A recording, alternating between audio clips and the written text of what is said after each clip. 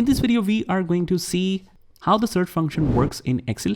So we are in the middle of discussing all of these important features in Excel, but since we are discussing the search function right now, it's right at the bottom. If you want to move up, you just hold it from the corner and put it up like that.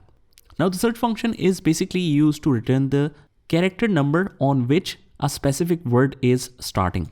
Let's say that I want to find within this text that at what character the word band is starting. So it will show you that it's starting at the 6th character. That is, 4 characters is used for this, then a space, 5th character, and from 6th character, this word is shown. So although you might not see the use right now, but when we discuss some future projects, this search function will be very effective there.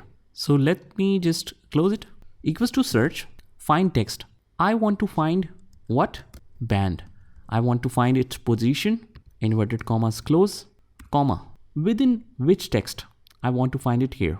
Hit enter because the third requirement is not compulsory for the starting number. We don't have to tell the starting number here. And as we can see that it's showing us that it's starting from 6th character. And that's the main functionality of search function. Later on, when we practically implement it in the other scenarios, this will be very effective for us. So just try this by yourself and I will see you in the next one.